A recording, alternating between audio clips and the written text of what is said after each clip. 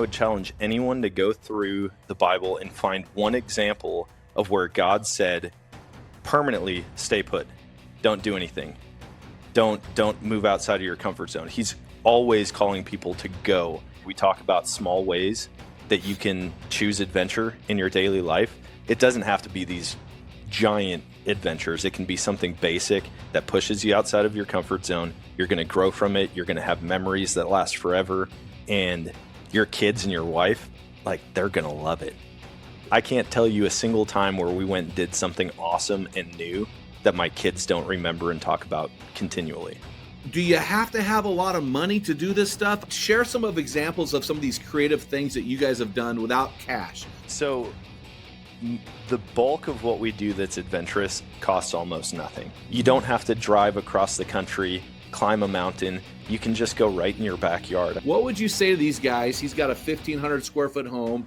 He's got a full-time job. He comes home at 5 o'clock at night. You know, what would you say to this guy who's working that kind of standardized schedule? How can he begin to implement? Because a lot of these guys don't have adventure anywhere in their lives. Their biggest adventure is a traffic jam on the highway or running through a yellow light. So how would you help this guy to implement adventure into his family that he probably desperately needs it too? How would you help these guys? I would say start small and work your way up to a big adventure. But start with something simple, like... Dan, it's great to have you on the show, man. How you doing today? Dude, I'm doing great. We are in the middle of a full backyard renovation, so things are getting crazy, but we're getting ready for summer, getting ready to get the kids in the pool, down to the river, out fishing, all that stuff. So things are chaotic, but exciting around here. Yeah, well, for all of you guys who are listening and not watching on YouTube, when I just saw Dan for the first time, he's got about 20 elk and deer racks behind him, and I thought, oh man, I wasn't expecting a hunter. This is kind of going to be fun for me. So, you hear it when you think of adventure. I mean, I'm a hunter, so I get it, but I wasn't expecting that. So yeah. I'm excited about that, our time together today. But hey, let's talk about this book. You and your bride, Sam, wrote a book, Always Choose Adventure. Do you want to walk us through why you did that, what it's about, what your goal is from the book? Yeah, we found ourselves out in Colorado. We moved there after having our son Canyon, and discovered on the move out there that she was pregnant with our second. Worked a job, loved the job, but it was just kind of going nowhere. And we had a great mentor throughout our marriage, Kirk Noonan, and one day he said, when I talk to my kids, I tell them always choose the most adventurous route. If they're at a crossroads, you can play it safe or you can choose adventure. And that stuck with us so hard that in every decision after that, we just said, you know what, we're going to choose the most adventurous route. We feel like God gives us choices, and a lot of people are like, what's the will of the Lord for my life? We believe that there's close-handed issues and open-handed issues, and a lot of his will is unrevealed to us. The Bible gives us a great layout, but a lot outside of that is kind of up to us, what we want to do. Mm-hmm. And so as long as we feel peace, we go the most adventurous route always. And so throughout that season of our life, and then moving back to Missouri and starting businesses and exploring podcasting and social media and just getting outside with our kids, we just had so many stories about choosing the most adventurous route. Although it wasn't perfect, although it wasn't easy, we saw God's favor in our life, and we saw so many cool opportunities, got to do amazing things through a life of adventure, big and small. And so in talking about doing a book, it was like, what are we going to write about? And we said, we have to do Always Choose Adventure. It's in our vows. From the time we got married, that's always what we've chosen. And so the book is a biography and just stories about our life, starting businesses, taking trips as a family, taking our kids and getting them involved in the outdoors and everything that we're a part of. And it was just really cool to relive a lot of those memories, put them down on paper, and we got kind of emotional. We got our first copies actually earlier this week. And so it was totally surreal going through it, watching the kids flip through the pages, looking at the pictures, and just explaining to them why we live the life that we live. Well, I got to tell you, I'm kind of fired up right now because when I hear you talking about adventure, I hear risk, danger, suffering, stretching. But you're 36 years old, correct? Yep. You're 36 years old, and and our target audience is your generation. We love your generation. My kids are in your generation, which tells you something about how dang old I am. But one of the things I'm tired of hearing is I hear this phrase often, well, is it safe? Safe, safe. Everybody's worshiping safe and comfort. And I think, as Michael Easter wrote in his book, Comfort Crisis, I think we're in a crisis right now. So what do you say to Yeah. that parent or that single mom or that helicopter dad? They're just wanting to keep their kid in this cocoon of safety. What would you say? What does your book talk about there? What do you believe about that? We believe that God wants us to live adventurous lives. And you look at it in the Bible, and I would challenge anyone to go through the Bible and find one example of where God said, permanently stay put. Don't do anything. Don't move outside of your comfort zone. He's always calling people to go. He's always calling people to follow him. And with that is adventure. I mean, you don't know where you're going in the moment. You can't see the finish line, but you're just moving forward. And so with our kids, we do the exact same thing. I mean, you can't grow your muscles unless you're uncomfortable in the gym working out. You can't grow financially unless you're taking risks. You can't grow as a family unless you're putting down your phones and your iPads, closing your laptops, and actually doing things that aren't as comfortable. But I feel like chasing comfort is chasing death. Like Oh, whoa. if you are getting comfortable in everything, think about what you would do to be the most comfortable you could.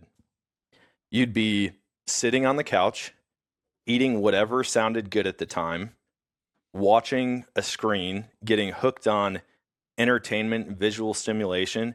And we see it with men who retire and they don't have a hobby. Watch the decline of health immediately. It's a death Yep, sentence. And they're so done. chasing comfort is just getting you closer and closer to death, whether it's physical death, emotional death, relational death.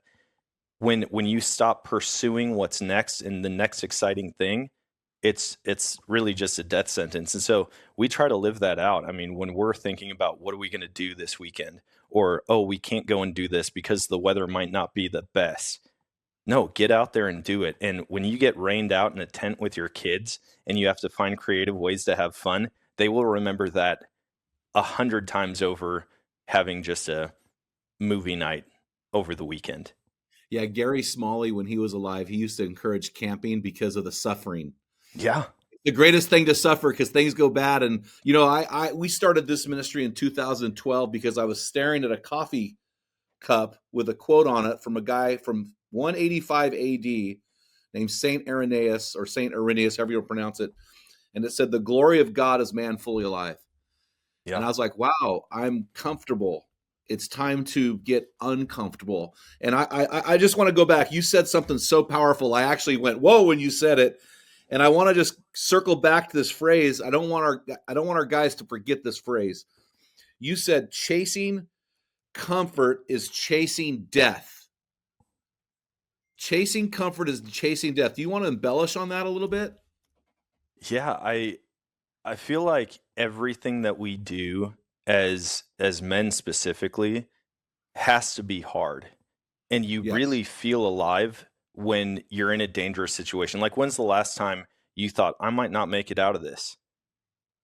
It doesn't happen to 99.9% of I people. was looking for a bear I shot at, and I was in a canyon so deep. I'm like, I don't think we can get out of here. Yeah, I And was I we're was heading the same canyon tomorrow.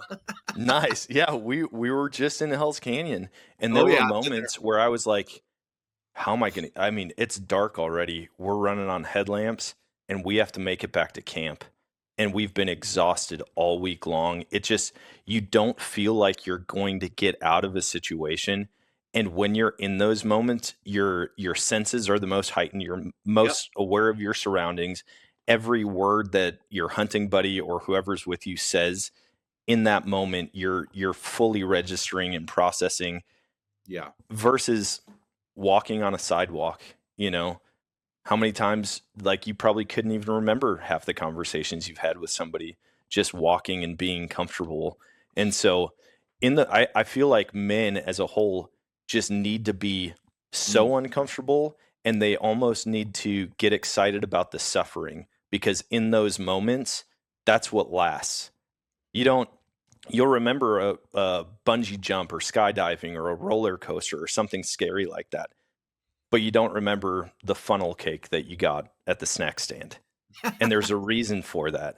And Yeah. so we we joke about it when I go out elk hunting. It's like the moments where you don't think you can take another step carrying out an elk quarter are the moments that you're going to remember, when everyone is dead tired and you still have 2,000 feet to climb to get back to the trail. You're going to remember that moment. And I do. I remember that more than the second that I pulled the trigger. I Hmm. remember that more than when I first lay eyes on the target. And so, yeah, I just feel like chasing after comfort, at the end of the day, it's not going to lead you anywhere. It's not going to progress you at all. By definition, comfort is just being comfortable staying where you're at, and nothing good ever comes from comfort. Hmm. Well, I've got 6 health phrases that I'm almost 60. And so I've got 6 health phrases, and 2 of them are sitting is the new smoking. Sitting is very comfortable. Yep. And then the other one is suffering is an emotion. Now I realize it's not an emotion, but I have that phrase in there to say, get out of your head and suffer. Like, you've got to get out of your head, right? Because when you're getting ready to do something that's going to mean a 2,000-foot climb out, and I know what 2,000 feet is, and that's brutal. That's brutal. And then put a 90-pound quarter on your back. That's brutal. Yep. But what would you say to these guys that every day of their life they talk themselves out of suffering? Wow. The the pursuit of that comfort, or not being in uncomfortable, dangerous, difficult situations, is hurting you so much more than it's helping you. Yeah. And when I talk about discomfort, it's not always death defying. It's not always putting yourself, I'm not saying be reckless, but the if you're comfortable going to the same restaurant every date night with your wife, she's going to get sick of it. You're going to get sick of it. It's not going to feel like an event. It's going to feel like a to do. Whereas if you push yourself past even something as simple as going out to eat at the same place and say, hey, you know what? I'm going to expand my horizons. I'm going to learn how to cook a meal for my wife. That's going to speak volumes to her. It's going to be, you might find a new passion. My wife and I just cooked a meal together last night, and that's something that she's been wanting to do a lot more. And it was a phenomenal meal, and we had a ton of fun doing it. And I guarantee when she gets back from shopping with the girls today, one of the first things she's going to talk about is the meal that we cooked together last night. And so it doesn't have to be this big thing. In fact, in the book, we talk about small ways that you can choose adventure in your daily life. Maybe take a different route home, go and look at houses that you've never driven by before and admire them and dream about what's going to be in your future. But it doesn't have to be these giant adventures. It can be something basic that pushes you outside of your comfort zone. You're going to grow from it. You're going to have memories that last forever. And your kids and your wife, like, they're going to love it. I can't tell you a single time where we went and did something awesome and new that my kids don't remember and talk about continually. You know, it's really interesting, Dan. So when I was 36, my kids were little guys, 3 boys. We had no money. I was a full-time youth pastor.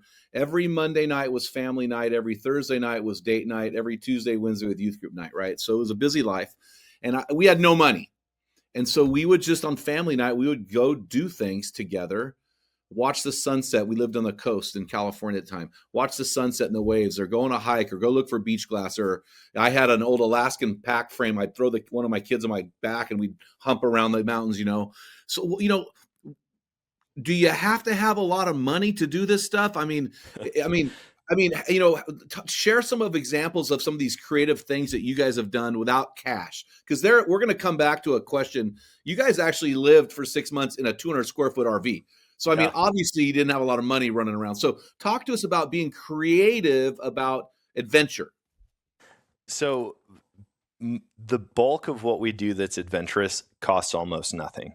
Yeah. And we, not that long ago, probably 5 or 6 years ago, I remember handing a cashier at a gas station 53 cents and change just to put in my gas tank to get home. Mm-hmm. But we were still adventuring. We would go walk around this nasty apartment complex that we lived in out in Colorado, and we would just walk down by the pond. We would watch the squirrels. My son would see how close he could get to squirrels. That to him as a 2-year-old was the most adventurous thing, the most exciting thing. We would drive up and just hike a mountain. We hiked, oh man, now I'm going to forget, Long's Peak. We hiked Long's Peak in Colorado with my son in a baby Bjorn when he was like 5 months old. And we got up there, saw the glaciers, saw the lake, saw all kinds of animals, and it was 100% free aside from maybe 5 gallons of gas to get there. We would take the kids canoeing or hiking down to the river. We've got a spot that we found randomly. We were going to go take the kids on scooters. They were riding their scooters while my wife and I were walking, and we noticed there was a creek nearby. That became our Cancun for the summer. We would go down there, and it was hilarious because our friends would see pictures of it and they'd be like, "Where is this?" And we're like, "It's actually right off the highway. Like you can see the bridge. You park, you walk a half mile, and then you just cut through the brush down to the river." We would bring lawn chairs and umbrellas, and the kids would bring their little bathtub floaties, the little ducks or whatever they Yeah. had, and one of them would go up 50 feet and set it in the water, and the other one would wait down there for the duck to float down to them. They'd catch it and switch places. And those types of things are almost completely free. You Mm-hmm. don't have to drive across the country, climb a mountain. You can just go right in your backyard. I mean, we're so blessed here in the United States to have public land all over the place Yeah. and public parks. And it's amazing the amount of things that you can find to do at your public park. Catch a crawdad. Yep. You want to see a kid have fun, be terrified, but then also brag about it to all their friends. Help them catch a crawdad. And Yeah. it's the easiest thing in the world. Yeah. Oh, that's well. So what I hear you saying, and it just kind of popped in my head, and I'm a little slow sometimes. Adventure, I'm thinking about adventure versus couch. Yeah. I'm thinking about TV versus conversation, and there seems to be a relationship between adventure and relationships. Yeah. I mean, is that what you're saying here? Are you saying this adventure, we do this to build relationships within the household structure? Yeah, the building the relationships and experiencing adventure together, I think is how it's meant to happen. Mm-hmm. The show Alone that's all over TV right now, Oh everybody's yeah, watching it. How many of those people live lives of adventure? They go and do all of these things, and in 7 days or 15 tap out. days, what takes them home? They Lack of tap out. relationship. Yep, yep. Lack of 100%. relationship, the social aspect of it. And so it's not meant to be done alone. Nope. It's not meant to just go out. I mean, anybody can go out and camp somewhere by themselves. And then you have to share that experience by talking about it, maybe on an Instagram post where no one's going to fully understand what it was like being out there. So for us, it's involving our kids. And we said that from the get go. One of the stories we talk about in the book is how, as we were becoming parents or planning for that, people were like, "Oh, get ready. All your hunting trips are over. All the times you guys go and do this, good luck doing that with a newborn." Within a week, we were down at a bonfire with friends and they were passing our baby around and looking at him. We went and climbed a place called Sam's Throne in Arkansas, and Canyon was in between two trees in a hammock, just living his best life as a little baby in diapers while we were climbing different rock faces. And it's, for me, that's what it's all about, is you're taking someone with you on your adventure. It's interesting, Dan.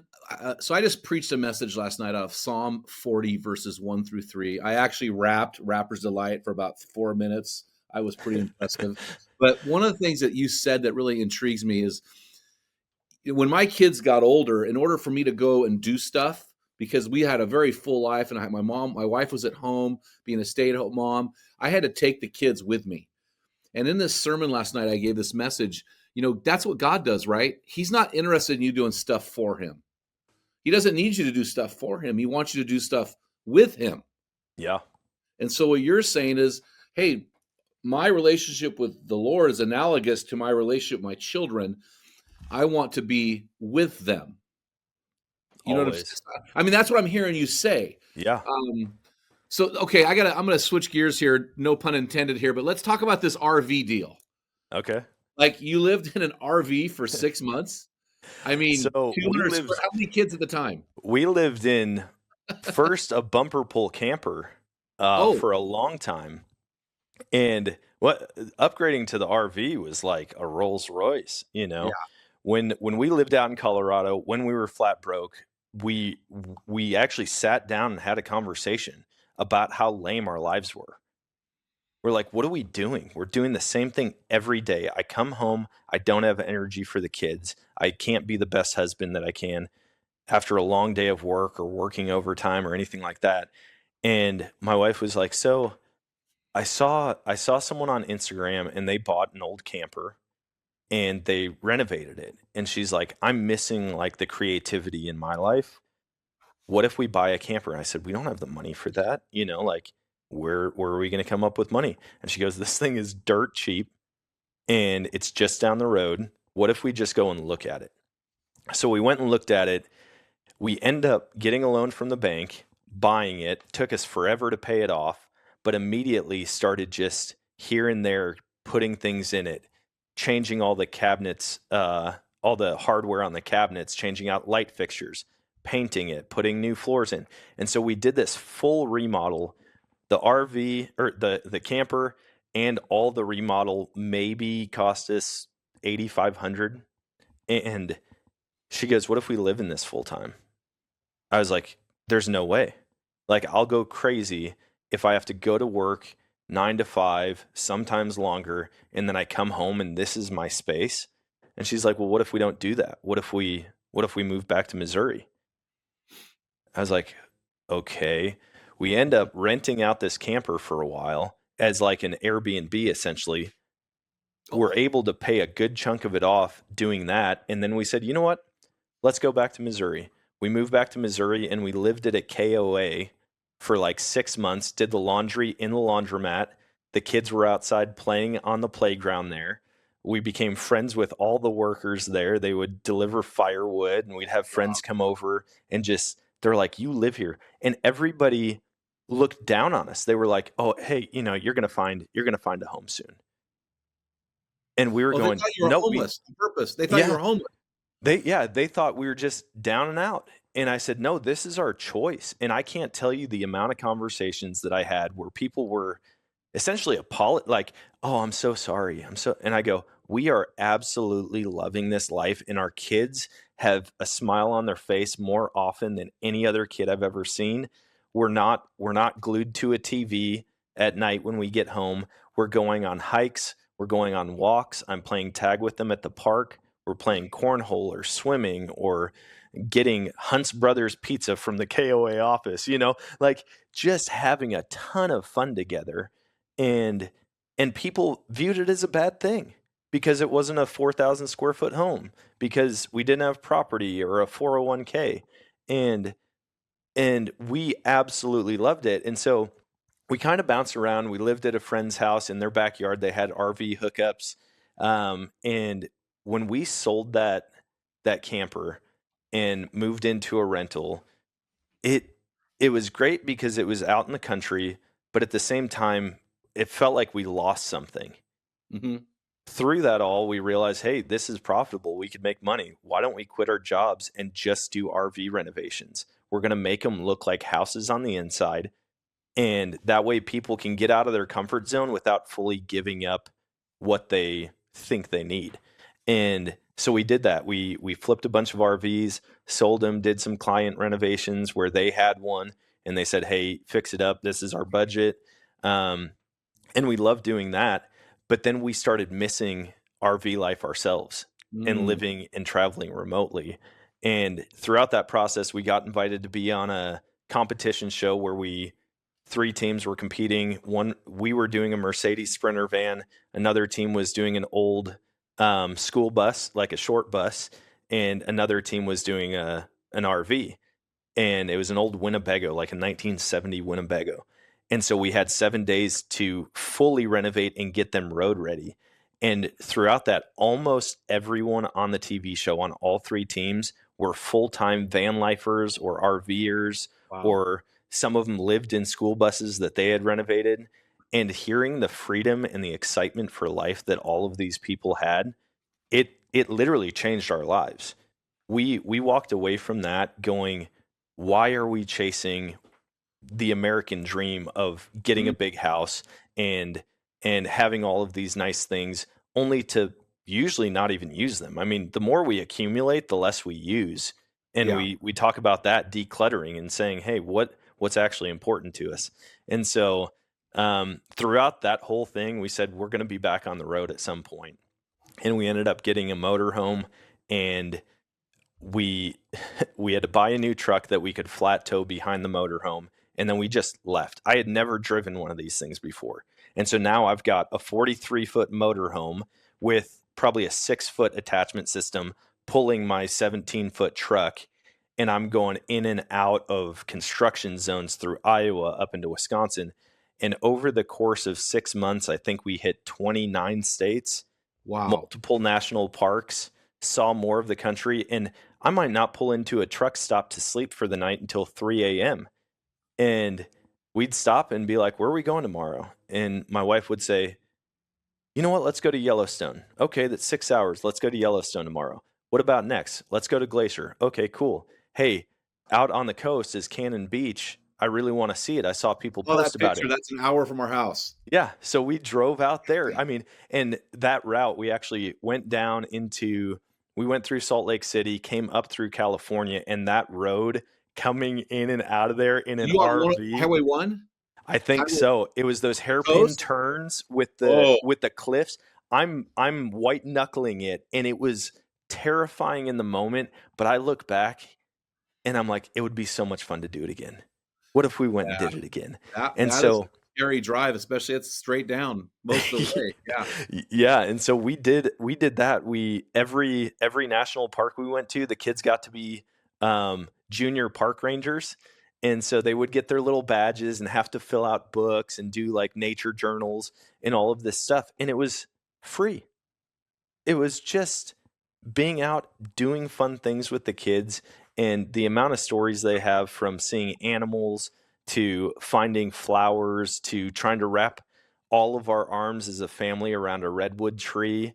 It's like those are things that I never did growing up. My adventure was on my bicycle, and I would Mhm, just go out with my brother in the woods, mhm. and that was it. And I loved it. Don't get me wrong, but seeing what it means to my kids now, and they talk about, when are we going camping? I mean, they hound us almost daily. When are we going camping next? When are we going camping next? And I just love it. It's grown us so much closer as a family than I ever thought possible. Well, so I'm getting ready to write a book right now, but next summer I'm writing another book called Bring It, and the book identifies 5 areas where men are made different than women, like Yeah. non-physical areas, and one of them is men are the provider. And so in this book, which I'll send you, this can you this Yeah, book, yeah, which yeah. I'll send you after the interview, I talk about the leader of the household, and that his one of his job, he presides over, he protects around. So it's like a picture of a house. This is off of a Greek word proistomai, and then he provides within. So his role biblically in the Greek is to provide within each individual room. And the reason I'm saying that is when you're talking, it hit me. We have more, I don't know what the stats are, but I would imagine there are more people seeing professional counselors than ever before in the history of the world. In fact, I was at an event about 2 years ago with 5 other ministry staff people. Every one of them said, if you're going to be in full-time ministry, you need to be medicated and have a counselor. And it came to me and I disagreed. I think that's horrible advice. It's not Yeah. biblical. It's horrible advice. Of course, I was anathema because of it. But here's what I'm saying. Here's what I'm saying.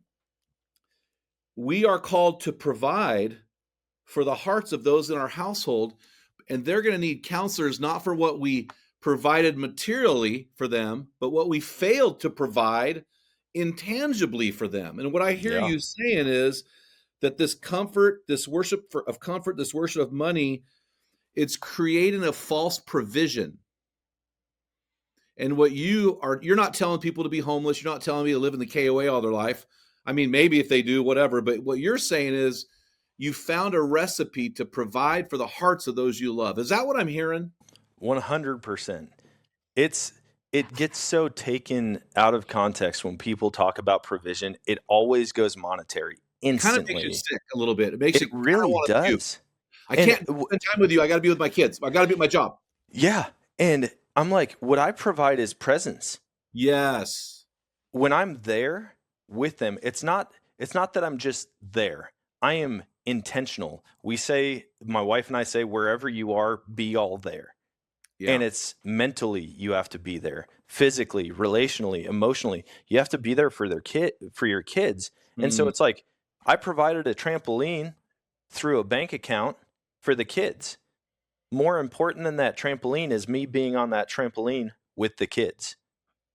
And when we can do things like that, sometimes it can get to me because the desire for a kid to be with their parents and to be doing things actively with them, I absolutely love. But no matter how much, it's never enough for the kids. Yeah.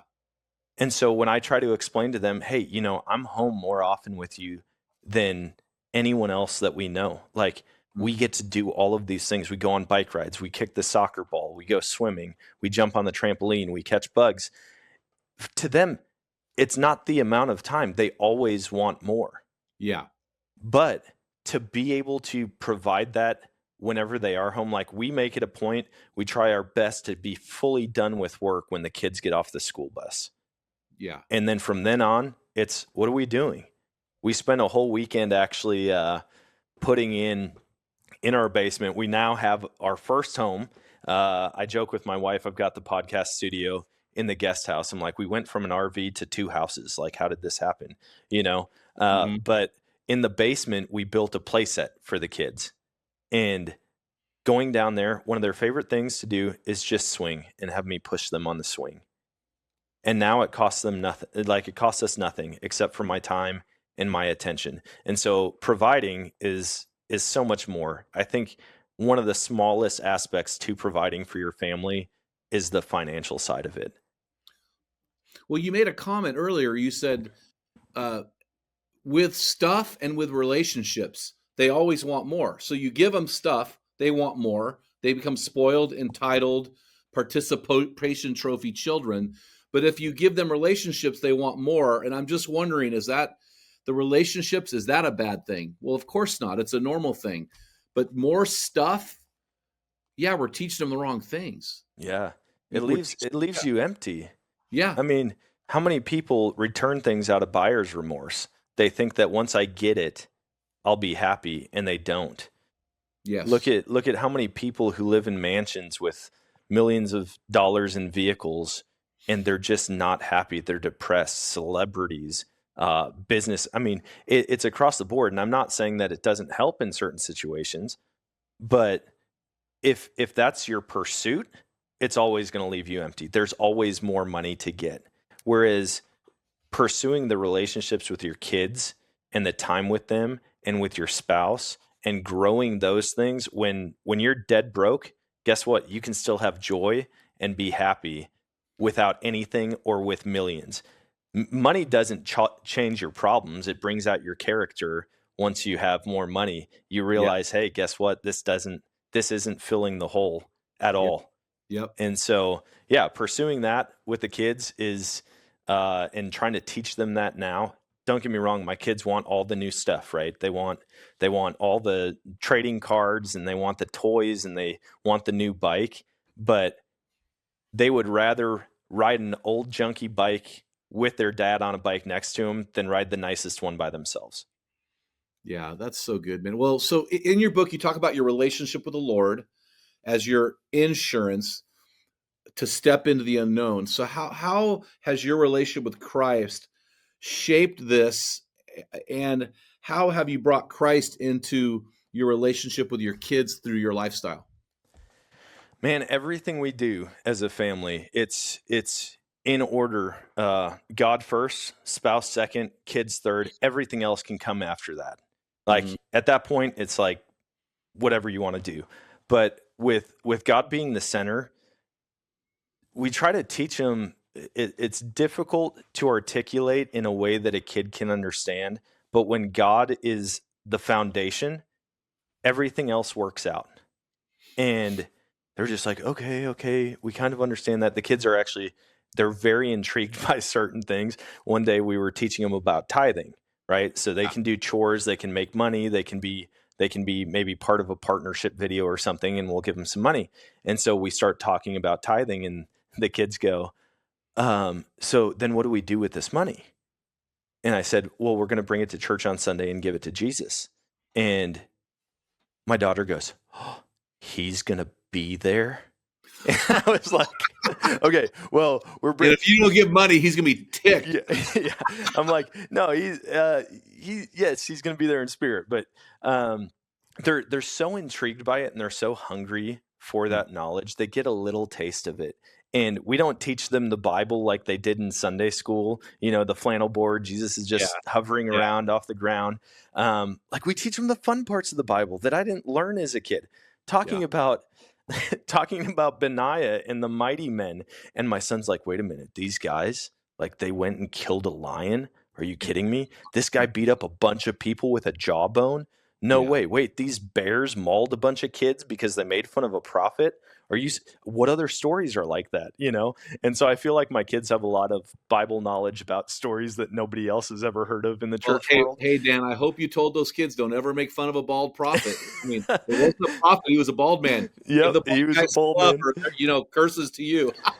Yeah, it's like, Oh, that's and funny. so we incorporate that into everything we do, and watching them have a desire to know more about the Lord and to hunger after him is, I mean, it's everywhere in our home. It's posted on the fridge. They're working through the ABCs of scripture memorization. And so it's like in the mornings they're just like, Dad, I'm to H. Okay, guess what H is? And I'm like, shoot, I should probably memorize all of these things because I'm just taking his word for it. But that sounds absolutely right. And so they love that stuff. And some of their closest relationships have come from the church and the church family outside of the church, hanging out with our pastors and their kids and hanging out with other board members and their kids. And so it's it's I see it filling them up relationally and spiritually and emotionally, and it it's just the center of everything we do. And aside from Mhm. that, it's hard to really put into words, but the kids go outside and they see God's creation. They don't just see a wild animal that they saw Mhm. on National Geographic. Mhm. They're Mhm. experiencing the Lord through his creation. And that's the biggest way that I connect with the Lord, is when I'm out and 100%. doing things. And so to instill that in them now, for me, it was, you're in Royal Rangers and you have to, I mean, Christian Boy Scouts, and Yeah. you have to use a knife a certain way and you have to be able to start a fire. This is the shelter. And I'm like, man, that's missing so much. You know, to tie Jesus in at the tail end of it, what's the point? Yeah. Like, no, we are out here because God created all of this and it was good, and he allows us to preside over it and to enjoy it and to pick wild berries and eat them and Yeah. to experience these animals or hunt these animals, you know. Yeah. So, Okay, so let's talk about that for a second. So, you went from KOA motorhome. You said earlier you have two homes now. So how do you, which hey, amen. I'm excited about that. So, but how do you, now that you're in this kind of a kind of, there's, sounds like there's an accumulation mode as the family's growing. How do you, in the midst of a growing family, two homes, I see several guns behind you. How do you declutter and maintain that habit of decluttering? I'm not against guns, horns, homes, none of that stuff. yeah. Trust me. I'm just saying, how do you, in the midst of this kind of accumulation, phase as the family grows, what would you tell a man about maintaining this kind of declutter mindset? Well, we go through about every month, and whatever we're not using, it's gone. We just got done doing it last week. I was cleaning out bins left and right, and the kids are in that same mindset. They're realizing that possessions aren't something to be held on to Yeah. inevitably. Yep. It's everything has a use, and when we're doing renovations to our house, the whole idea is hosting and relationships. And so, how can we have more people here and have fun with them? Yeah. Building the kids' playset, it was for the kids, but just as much as it was for the kids, it was for the neighbor kids to come over and have a safe place to hang out and have fun together. And so, my wife is like extreme declutterer. It's when she comes into my space, especially after I get home from a hunt and sees all my stuff out, she's like, "Why do you have all this?" I'm like, "Well, that water filter helped me stay alive out there, you know?" But Yeah. in our home, it's like a constant purging of unnecessary junk. And so um, it's weird finishing the book, talking about adventure, talking about decluttering, talking about, living in a camper as we're purchasing our first home. It almost felt hypocritical, but I was like, this book isn't about living minimalistic. It's Yes. about chasing the things that matter the most. And if you do that better in a home, great, do it. But don't pursue the house. Pursue what's going to happen in the house. Pursue the opportunities that are going to come because you're hosting people and having a guys' night. Or yesterday, she had a half a dozen girls over and they just planted. They just put flowers in pots and brought them all home, and they were doing it for hours. And I'm like, it's hard to host a bunch of people in a KOA single RV lot. But so anyway, all that to say, yard sales are the greatest thing ever. Goodwill drop off. Oh my Yep. gosh. It 100%. just feels freeing. And if you haven't done that, if you are constantly living in clutter, I would encourage anybody listening, go through and just get rid of everything and shoot me a message, send me an email when you think about that item that you gave to Goodwill that you never used 2 years later. It won't happen. That's so funny. This morning I was going through my closet going, because when I started ministry, we had to wear a tie to church. Yeah. Now that I run my own thing, I'm like, no way. And I've got 20, 30 ties in there. I'm like, when am I ever going to wear a tie except to perform a wedding or a funeral? And I Yeah. went and had all these belts. I'm like, this is, I'm done. So I do totally get it. And I would say this, when I initially was reading your stuff, I thought, wait, they're living in an RV now? Oh, I've got questions, and Yeah. then once I realized, oh no, now that was a phase or a period of time. I think there is. I could see the critics kind of going, okay, how are you gonna do this over the course of the next 30 years? So I think now that you're living at a home, I think that is a very um, normal way, to sink roots, to give. There is an element of a hospitality there and security and all that stuff. So how do you, in the midst of this phase now, this new phase of life, how do you continue? Let's rephrase this. Let's talk about the guys listening. What would you say to these guys? He's got a 1,500 square foot home. He's got a full time job. He comes home at 5 o'clock at night. What would you say to this guy who's working that kind of standardized schedule? How can he begin to implement?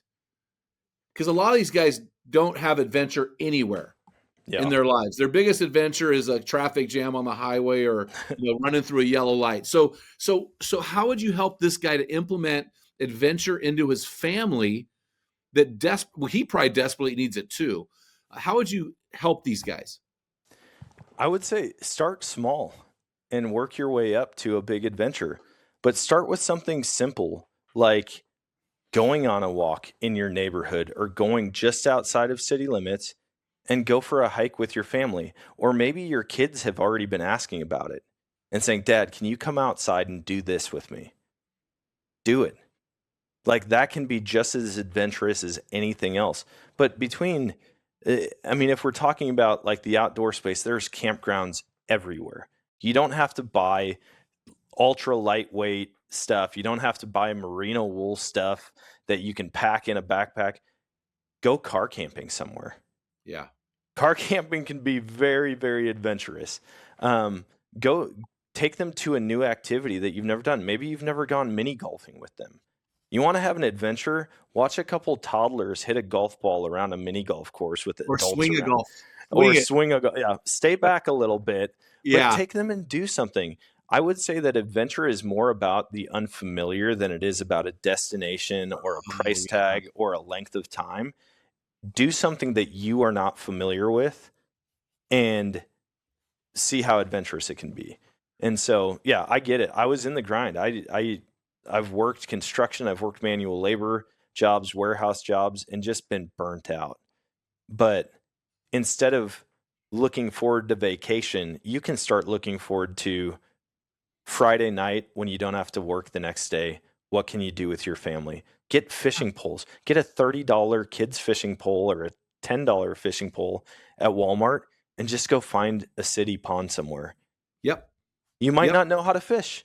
You might have no idea. The nice thing is they come with this little tackle box inside with hooks and fake worms, and just go drop it in and see what happens when they catch a 6-inch panfish Yeah. and their eyes light up and how much fun you have. Who knows? You might be putting a new boat in the budget after you do it a couple times and get Oh, excited. yeah. Well, in Illinois, you got to find the nearest overpass because there's always a lake there. They got to get the dirt from somewhere. Yeah, for real. I'm like, what's the lake doing there by the overpass? Wait, every overpass has a lake. Yep. That's Well, hey, exactly the right. fishing is so cheap and so easy. I even thought, hey, man, just go buy a fake fireplace, like a fire pit, put it in your backyard and do s'mores or something with a gas fire pit. I mean, it Yeah. doesn't take a lot of effort. It just No. takes something like what I hear you saying, man, is get the heck off of the couch. Yeah. The couch is death. Yep. Adventure starts where your home stops. Like, Oh, as that's soon as you good. get outside of the walls, there's adventure to be had. Yeah, I mean, I say that you can still do fun, adventurous, exciting things, building forts inside for the kids, whatever. But I've been telling the kids lately, they want to go camping constantly now. And I was like, what if we do a trampoline camp out? What if we sleep on the trampoline? We'll bring our sleeping bags out and we'll Yep. just hang out, or putting the sprinkler underneath it and jumping around and just having fun. And so, yeah, it's difficult because like my idea of adventure is so much different than what it used to be, and it's grown over time. And so to like scale it back and just go, you know what? For me, when Sam's like, all right, what's our next adventure? I'm thinking, okay, where are we going to go? You want to go to the Tetons? You want to go to the Northeast, like the Northwoods? Go to Land of the Lakes? I mean, where do we want to go? And then I realize just walking down to the creek is just as exciting to the kids. It's just as much fun for she gets to lay out. It's her little beach vacation here in the Ozarks, you know, and it's just so much fun. And so, yeah, it's not about a big thing, an expensive thing, a long vacation, because that's the other thing. Like if you're a dad who's burnt out, your vacation, you may not want to go and learn how to camp. That's why Yeah. you start small. You start with something basic. You do maybe an overnight thing, or you just set something up outside, um, outside in your yard and have fun with that. And then maybe it grows to something bigger. Well, it's really you mentioned Sam earlier, and I almost thought she might be on the podcast. I wasn't 100% sure because I thought, oh, this will be, I just don't know because you Yeah. guys do it all together, right? So, she brings this, you bring this, you kind of mesh. Here's my question. As you guys have kind of rewritten this script about adventure, what are you noticing that a dad brings to adventure that the wife generally, she's bringing other things, but what are you bringing to the table here? What are these guys, what can they bring to the table that really is their role? I feel like for guys, we joke about it all the time that guys are just kids with better toys, like little boys with better toys. And for me, what I bring to it is the excitement to add a little bit of danger into it. Like when we're at the beach and the kids want to go out and swim or sit in water that's knee deep, I go, let's go to the sandbar. Let's all go to the sandbar together. My wife was like, you're not taking them to the sandbar. I go, yeah, they've got life jackets. They've got boogie boards. I can swim and pull them out to the sandbar, and we go out and we go down for sand dollars. Whereas she's just like, hey, let's maybe play this a little bit more safe. Or if they want to climb up on top of a boulder and jump down to me, I'm like the safety net for them where I go, hey, you can do things that are scary and a little bit dangerous, but I'm here for you and Mhm. nothing bad's going to go wrong. And I really feel like that's a depiction of what our story is and what this book is and all of the things with God where it's like, Yeah. hey, you can do way more than you think. It's Yes. going to be scary, it's going to be dangerous. You're not going to see the outcome. You might be doubtful, but guess what? I'm right here for you. And as long as you're living and just for the kids, like as long as they're living within my will, when I'm there, when I'm saying yes, go ahead and do it, nothing's going to go wrong. I'm going to keep them safe. I'm going to protect them. I'm going to provide that sense of adventure and excitement for them. That's so good, man. I'm so glad that you said that, because I had a 28-year-old guy ask me, I was on an expert call for something. And he said, I'm not married, but when I get married and have kids, what's the number one advice you can give me as a father? And I said, don't take this wrong, but force your kids to suffer. What? I said, it's the dad's job to stretch the kids, boy or girl, Yep. cause risk, work through pain. That's our job. That's what we bring to the table. Mom's job, she brings the nurturing, she brings the security. She's the one taping the Band-Aid. We're the ones taking Yeah. the picture of the bloody nose. And so I think there's this element that we desperately need you dads to help your kids move beyond their soft, padded, glowing rectangle worlds to be men who, you said when you're hiking out of Hell's Canyon, you're alive. You can sense every noise. You can smell every fragrance. You're hanging on every word, right? You're staring at a light funnel about 12 feet in front of you. Hopefully it's not raining. I mean, you're fully alive though. Yeah. And that's our role as dads, is to help our kids come alive. And hey, do you think Sam was fully alive when you're rowing him, pulling him out to the sandbar? Oh, she's not laying there with her eyes closed, buddy. She's fully engaged. Am I right? Oh, she's had moments like that now. We went to Alaska for our 5-year anniversary. Had some friends that lived up on Kodiak, and I said, if I'm going to Alaska, I'm hunting. Sam and I hike up a mountain called Kashaviroff Mountain to go blacktail deer hunting. Just the two of us. First time ever in Alaska. Grizzly bear country. We had already had grizzly encounters, and it's about 11 at night. It's still plenty light out to sea, and all of a sudden a sow and 2 cubs stands up 40 yards away from us. And I mean, I've got my pistol drawn. She's got the rifle on her shoulder. She's screaming at this thing, banging her trekking poles together. And thankfully, the sow just goes down over the next hill, takes her cubs with her. Wow. And Sam turns to me and she said, I'm doing this because I love you, but I am not happy about it. I've heard that before. I've heard that before. one of the stories that she tells more often than any other story, and she looks back on it with fondness, even though it was scary and dangerous in the moment. And it's a trip that we'll never forget. I mean, we talk about that trip more than we've talked about any other trip. And so it's like not just doing it for my kids, because my number one priority is my wife. And so to help her break out of the monotony of social media and posting and editing and getting outside and doing things out of her comfort zone that might be a little scary, might be a little dangerous. She didn't like climbing up a rock the first time. She had never been 15 feet off the ground with nothing underneath her and only a rope to catch her. And she loved it. By the end of it, she was climbing the tallest ones. And she's like, all right, is anyone else going? Can I go again? And so it's like you're doing this for your whole family. You're bringing out the kid and the excitement in every member of your family. So, well, first of all, I applaud you that your wife is second to Jesus and not your kids. So I want to be very careful, guys, let you know that is the order. It is not kids. They're not the center of the family. The marriages. So thank you for that. I'm going to send you this book.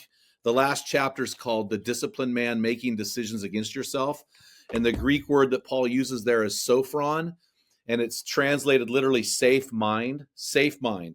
And so it's this man who is so disciplined that the people who love him feel safe in his presence. Like they're safe because they know they can trust you. So what Sam is saying at 15 feet above the air, when you're down below holding the rope, or you've got a sow and her cubs, 40 yards.